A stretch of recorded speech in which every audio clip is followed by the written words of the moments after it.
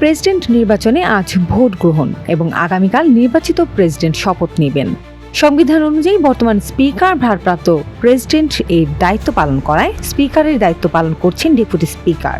আইন মন্ত্রণালয়ের মতামত অনুযায়ী নবনির্বাচিত প্রেসিডেন্টকে শপথ পড়াবেন ডেপুটি স্পিকার কায়সার কামাল। আজ বৃহস্পতিবার দুপুর 2টা থেকে বিকেল 5টা পর্যন্ত জাতীয় সংসদে অনুষ্ঠিত হবে প্রেসিডেন্ট নির্বাচনের ভোট।